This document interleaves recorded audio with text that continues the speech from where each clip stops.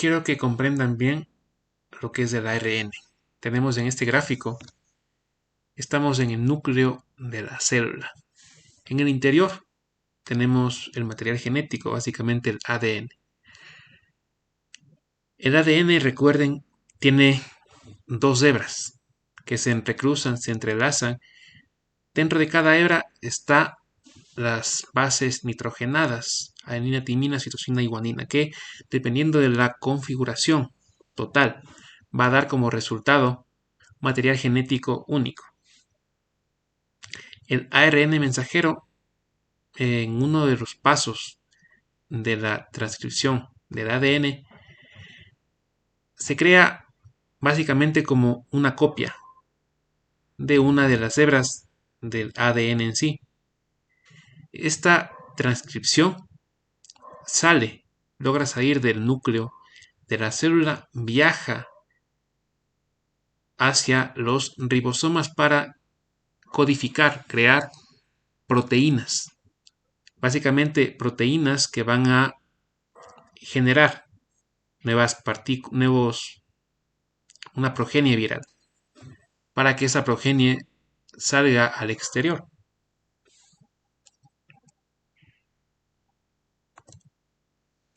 Quinto paso, ensamblaje. Después de la síntesis de novo de proteínas y genomas virales, que a su vez pueden sufrir modificaciones post-traduccionales, las proteínas del virus son empaquetadas junto con los nuevos genomas para originar viriones, que estarán listos para dejar la célula infectada. Este paso es conocido como ensamblaje o maduración. Y 6. Liberación de viriones. ¿Recuerdan la diferencia entre virus y viriones? Quiero que lo repasen adecuadamente, por favor. Hay dos métodos de liberación viral. Puede ser tanto lisis o gemación.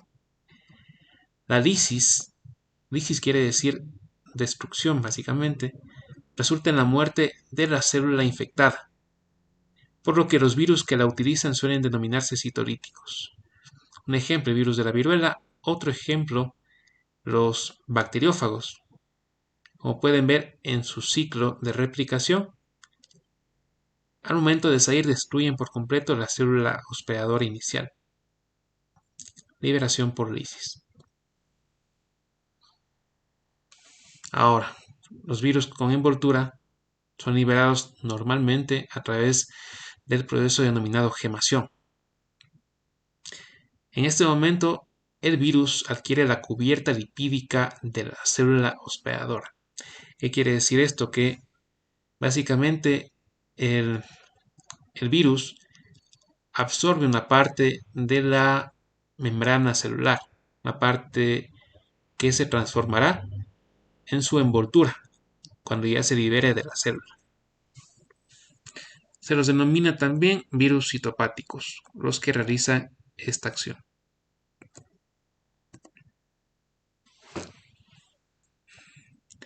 Ahora, los virus causantes de enfermedades en el ser humano.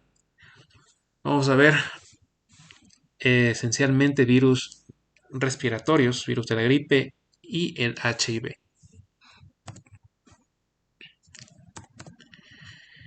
Virus respiratorios. Primero recuerden que para salir de la célula e infectar a células vecinas, la mayoría de los virus que infectan el tracto respiratorio lisan la célula, rompen la célula. Y el tejido afectado con frecuencia despierta una respuesta inflamatoria local que, recuerden, es un evento inicial dentro de la respuesta inmunitaria. Pero también es responsable de los síntomas que se van a presentar durante la enfermedad. Si hablamos de virus respiratorios, tenemos varios, clasificados dependiendo de la familia virus, el genoma, sea ARN o ADN, el tamaño del mismo, la envoltura, si poseen envoltura o si son virus desnudos, la forma de replicación y la clasificación final.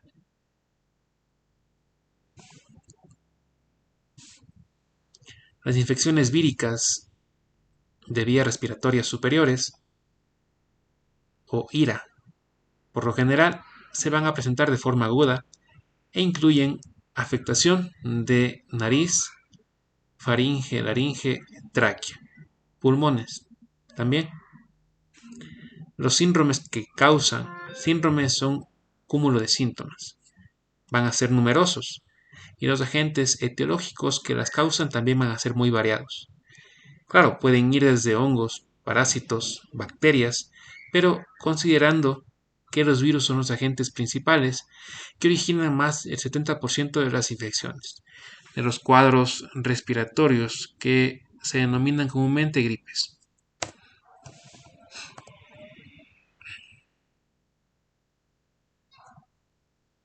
Aquí en este apartado quiero que vean, se fijen en la familia Coronaviridae, género coronavirus. Tenemos varios tipos de coronavirus. O sea, estos ya existían hace muchísimo tiempo. Todos son virus de tipo ARN.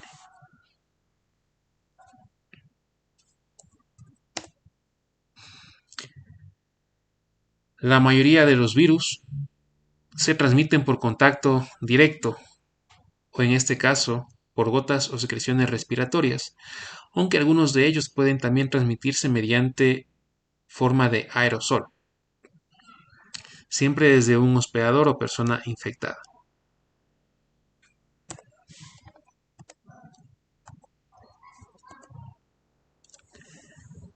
Tenemos aquí los ortomixovirus. En esta familia entra el virus de la influenza, que también se denomina virus gripal. La influenza o gripe es una enfermedad respiratoria aguda que afecta a todos los grupos de edad. El agente causal es el virus de la influenza, tanto tipo A, tipo B o tipo C, que se caracteriza por poseer una gran variabilidad genética. Puede reorganizar su estructura muy frecuentemente. Esto le da el potencial de causar epidemias, pandemias y de hacer que si una persona se contagió una vez pueda volver a contagiarse porque ha cambiado su estructura. O tal vez es simplemente otro tipo de virus de influenza.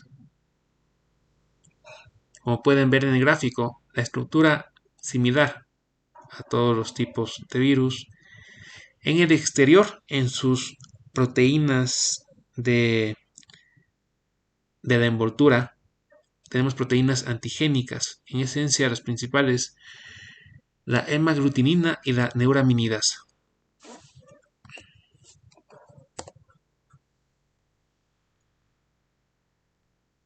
El curso clínico de una influenza común es el de una enfermedad respiratoria alta.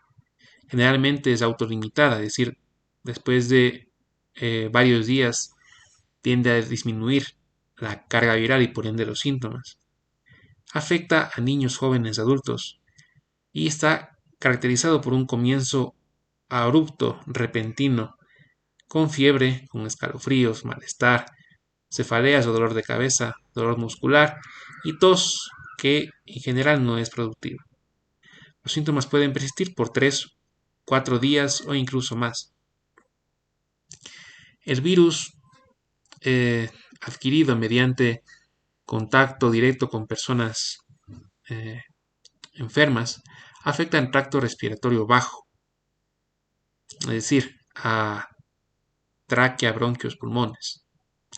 Contribuye a la aparición de complicaciones neumónicas o a una sobreinfección por bacterias de manera secundaria, principalmente en personas con enfermedades respiratorias crónicas o en mayores de 65 años. En estos casos, las fuentes de infección son secreciones respiratorias o también llamadas gotitas de flush, provenientes de los enfermos con gripe.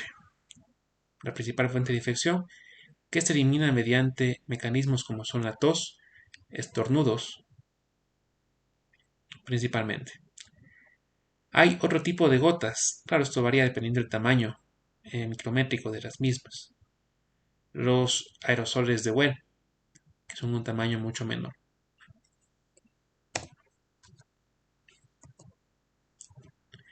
Entonces, clínicamente, tras un periodo de incubación corto del virus de 1 a 2 días, va a provocar manifestaciones clásicas: un cuadro de fiebre elevada, escalofríos, dolor de cabeza, mialgias, artralgias, tos seca y aumento de las secreciones respiratorias.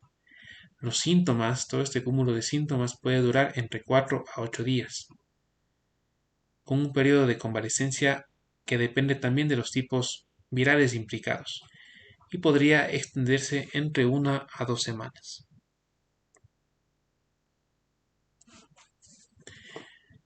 ¿Recuerdan las proteínas que se encontraban afuera en la membrana, lo que les comenté? Tenemos dos que son importantes en el mecanismo de infección del virus. La hemaglutinina, que va a reconocer al receptor celular en un inicio. Este permite la entrada del virus y por lo tanto responsable de la patogenicidad. La neuraminidasa va a ser una enzima que ayuda también a degradar residuos de un compuesto de la membrana llamado ácido siálico y por ende es indispensable también para la liberación del virus, de las células infectadas y de los anticuerpos contra el mismo, y juega un papel importante para la infección. Como les comentaba, las gripes que se dan dependiendo de la estación y las que podrían ser causantes de una pandemia, es decir, de un contagio masivo, son consecuencia directa de la variación antigénica que van a sufrir estas dos glicoproteínas. Cambia la estructura genética, los genes de cada una se reorganiza y por ende ya no son reconocibles por el hospedador. En términos generales, las complicaciones de la gripe pueden ser tanto infecciosas como no infecciosas, y se debe a tres mecanismos fundamentales. Uno, que el paciente tenga una desestabilización médica de su condición previa, especialmente pacientes con problemas cardíacos, problemas respiratorios, enfermedades crónicas. Segunda, la infecciosa, como una consecuencia de la actividad patógena directa del virus gripal, que puede causar, en un cuadro más complicado, una neumonía gripal primaria o la indirecta del virus, causando infecciones secundarias como una sobreinfección bacteriana. Y tercero, como consecuencia de una reacción inflamatoria potente en los pulmones, que va a estar promovida por la liberación de factores inflamatorios como son las citoquinas, llegando hasta el desarrollo de un proceso que puede finalizar en un fracaso multiorgánico. Vamos a revisar un poco del coronavirus. El coronavirus tiene varios tipos dentro de su familia. Los de reciente aparición son de origen zoonótico. ¿Qué quiere decir esto? Que se sospecha que han sido transmitidos de una fuente primaria, en este caso de animales. Tenemos aquí el SARS-CoV, el MERS-CoV y el SARS-CoV-2, coronavirus COVID-19.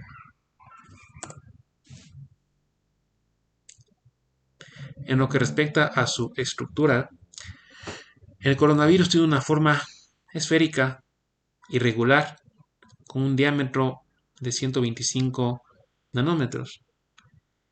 En su genoma va a estar constituido por ARN, es decir, una cadena única.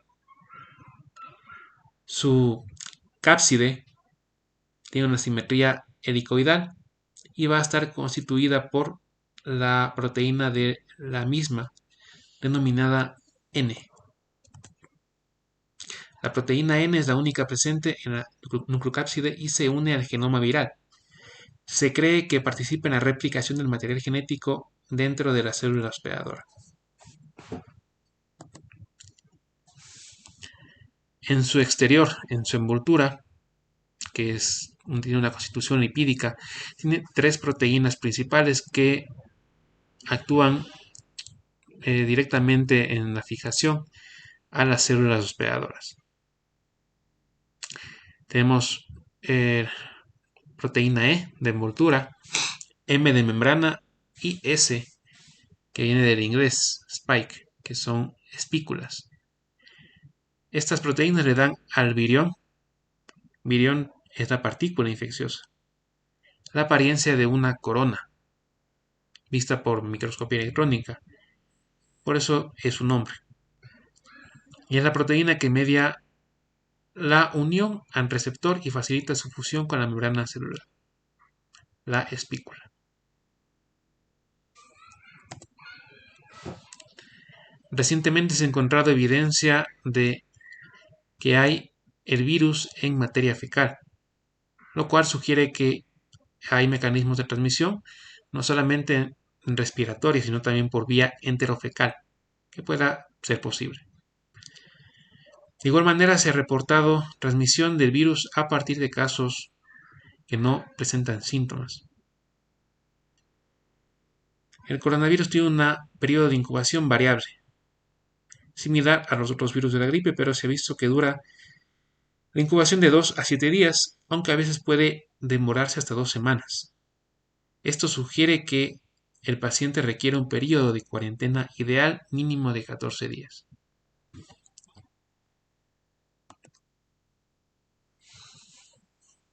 ¿Cómo ingresa a la célula? Tiene un receptor, afinidad por un receptor especial. Este receptor se denomina ACE2, quiere decir enzima convertidora de angiotensina. La ACE2 se encuentra presente en mayor cantidad en riñón. Estos productos finales tienen efectos vasodilatadores. La enzima convertidora de angiotensina se encarga de regular la presión arterial. Tiene efecto protector contra la hipertensión, la arterioesclerosis y procesos vasculares y pulmonares. Se ha observado que en casos graves de COVID-19 presentan niveles de angiotensina 2 que están muy altos y sus niveles se correlacionan con la carga viral y el daño pulmonar.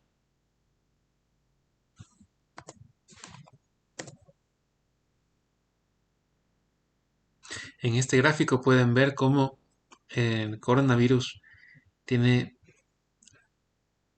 una etapa de carga viral que dura aproximadamente 28 días, un tiempo considerable. Los anticuerpos, tanto IgM y IgG, se activan posteriormente. Como pueden ver, el IgM se activa al día 7 de la infección, sus niveles suben y decaen al día 21.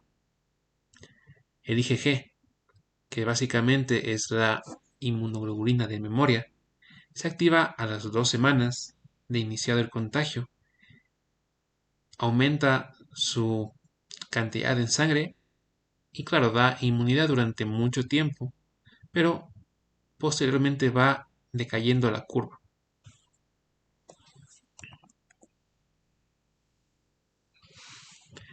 El COVID-19 puede producir un daño considerable a nivel pulmonar. En este caso, vemos una afectación en los pulmones. Esta estructura que ven aquí se denomina alveolo pulmonar. Es la estructura de intercambio gaseoso más pequeña dentro del pulmón. De manera normal, pueden ver cómo está graficada. Dentro de cada alveolo tenemos células especializadas que se encargan de producir sustancias adecuadas para el intercambio gaseoso. Cuando ha habido una infección, sea de coronavirus principalmente o de otro tipo de virus respiratorios, aumenta la inflamación en esta porción de intercambio gaseoso. Es por eso que hay pacientes que posterior a una infección severa por COVID disminuye su capacidad pulmonar y tienen otro tipo de patologías que conciernen al pulmón. El coronavirus puede producir síntomas similares a los otros tipos de virus gripales. Síntomas comunes: fiebre, fatiga, tos seca, malestar, dolor muscular. Eh, Síntomas poco menos frecuentes: diarrea, dificultad para respirar, dolor de garganta, congestión nasal.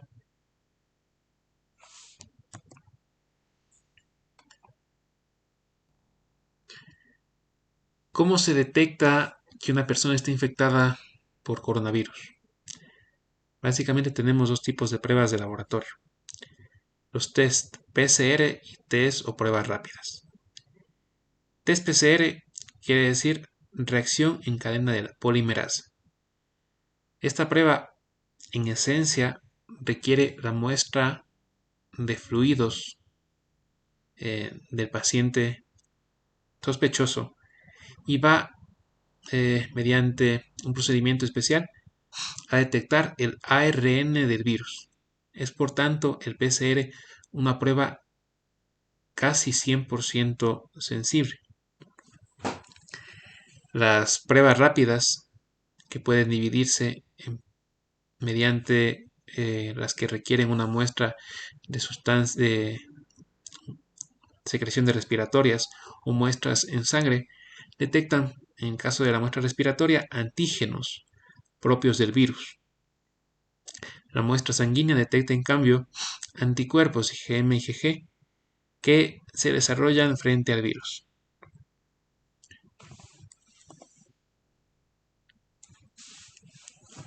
Quiero que recuerden este cuadro, por favor. ¿Puedo preguntar? Se centra en la interpretación, según el resultado que se obtiene en un paciente sospechoso de coronavirus, de COVID. El PCR va a detectar eh, el paciente en una etapa temprana de la infección. El IgM, recuerdan que les dije que se activaba al séptimo día. El hecho de que esté positivo IgM y positivo PCR, ambos positivos, nos da una presunción de que el paciente puede estar en una etapa intermedia de la infección. Si tenemos los tres, PCR, IgM y IgG, activos, el paciente está en la etapa tardía. ¿Por qué tardía? Porque ya la activación del IgG a los 14 días está avanzado más de la mitad del tiempo promedio de la infección. Claro, esto quiere decir que aún la infección se mantiene activa.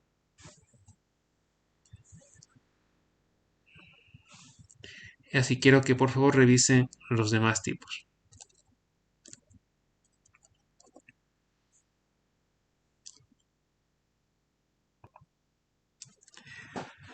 Vamos a revisar a otra familia de virus, los cuales producen inmunodeficiencia, pues causan destrucción lenta y progresiva de las células que infectan. Vamos a analizar a el virus de la inmunodeficiencia humana tipo 1, tipo 2, el VIH. El VIH, que fue aislado por primera vez en 1983, es el agente causal del síndrome de la inmunodeficiencia adquirida, o SIDA. VIH y SIDA tienen relación, pero no son lo mismo. En SIDA representa la expresión clínica final de la infección por el VIH. La característica más importante es la destrucción del sistema inmunitario, pero el VIH también origina una serie de manifestaciones que pueden ser neurológicas, así como tumorales. Esto debido al doble tropismo o afinidad del VIH.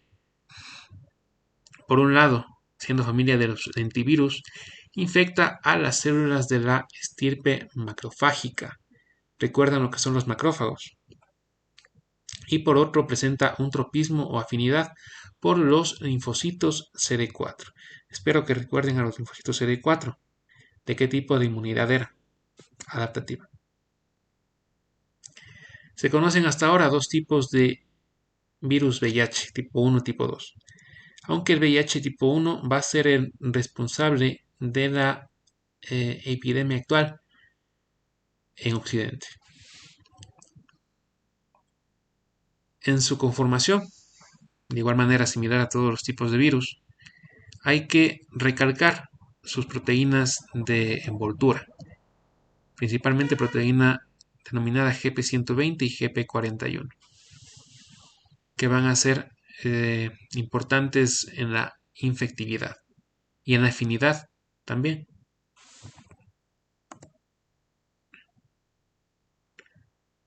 Un poco de historia. Este virus, hay una hipótesis de que el VIH es resultado de una zoonosis. Se dice que el VIH es propio de los simios y que fue inoculado a los humanos en África a partir de la cacería de los mismos. Una vez que se adaptó a los humanos, el VIH comenzó a propagarse por el continente africano por contacto directo con sangre u otros fluidos corporales de personas infectadas. Este virus llegó a Estados Unidos y posteriormente se propagó a todo el mundo. A partir de 1980, médicos estadounidenses y europeos comenzaron a recibir pacientes jóvenes, principalmente personas homosexuales, consumidores de heroína o inmigrantes. Todos ellos tenían síntomas muy característicos, es decir, afecciones características. En este caso, se vio que la mayoría tenía neumocistosis. Es una infección producida por Pneumocystis jirovecii y el sarcoma de Kaposi. Al principio no se le podía dar un nombre directo a este tipo de eh, enfermedad.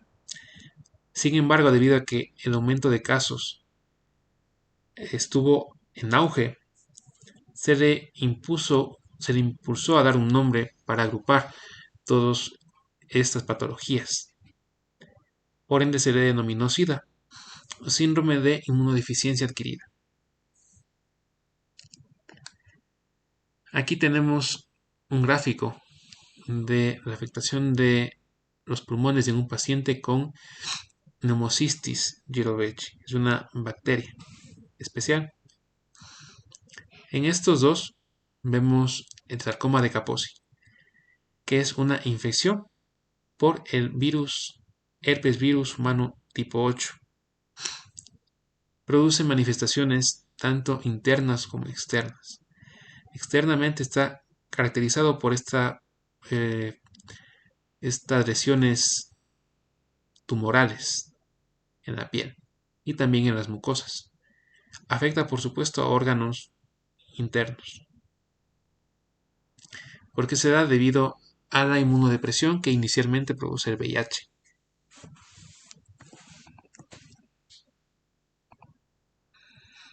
Recuerden que el VIH es un virus que contiene en su genoma ADN.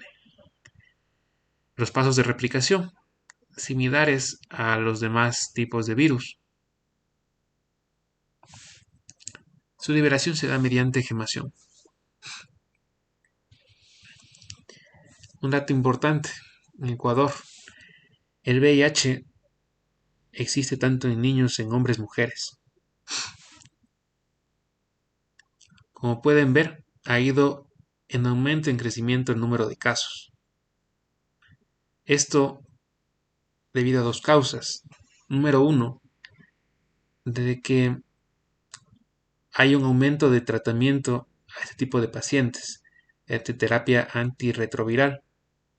Y segundo, por el contagio en sí, de persona a persona. Las vías de transmisión son varias, secreciones en general. Principalmente las transfusiones de sangre en pacientes que comparten, por ejemplo, drogas intravenosas. Riesgo de contagio, casi 90-100%. En niños, ¿por qué se da? Por un contacto vertical, es decir, de madre a feto en la gestación. También se da mediante el consumo de leche materna y mediante relaciones sexuales, tanto anal, vaginal, mucho más frecuente mediante relaciones sexuales anales en personas del mismo sexo.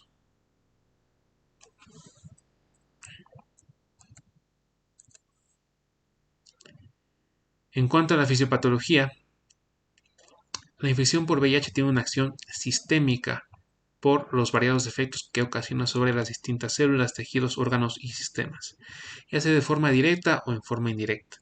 Produce en sí una inmunosupresión. El virus del VIH infecta a la estirpe inmunitaria, principalmente a las células con receptor CD4, linfocitos T, CD4, y también a los monocitos y macrófagos, lo que trae como consecuencia una depresión lenta y progresiva de dichos linfocitos a causa de la replicación viral dentro de ellos. Una vez que infecta a cualquiera de las estirpes de células defensivas, hace que sean reconocidas como células patógenas y por ende son destruidas. Las manifestaciones clínicas van a aparecer cuando el equilibrio se incline a favor de la destrucción y no de la reposición celular, de manera que va a llegar a un agotamiento del sistema inmunitario.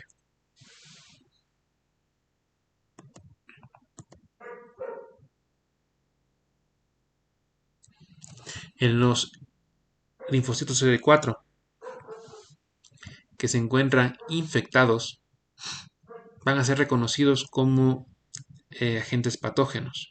¿Por quién? Por los linfocitos CD8, que van a ser los destructores, van a producir la muerte de células infectadas, también de células tumorales. Por ende, va a haber una baja progresiva del linfocito CD4.